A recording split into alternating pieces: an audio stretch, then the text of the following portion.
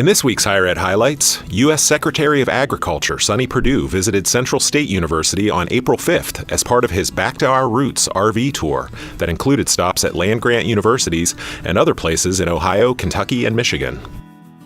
Perdue, who served as governor of Georgia from 2003 to 2011 and became the 31st Agriculture Secretary in April of 2017, took a tour of Central State's College of Engineering, Science, Technology, and Agriculture as part of his visit, before hearing from some students who talked with Perdue about their agriculture-related research projects.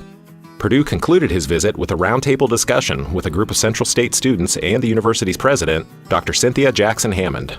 Perdue touched on a variety of topics during the roundtable discussion, including the U.S. trade war with China.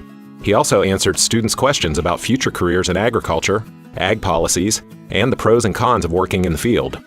Perdue urged the students to consider research work at the U.S. Department of Agriculture after they graduate. The discussion and project displays took place in Central State's University Student Center, the 88,000-square-foot multi-purpose facility that opened in the fall of 2015.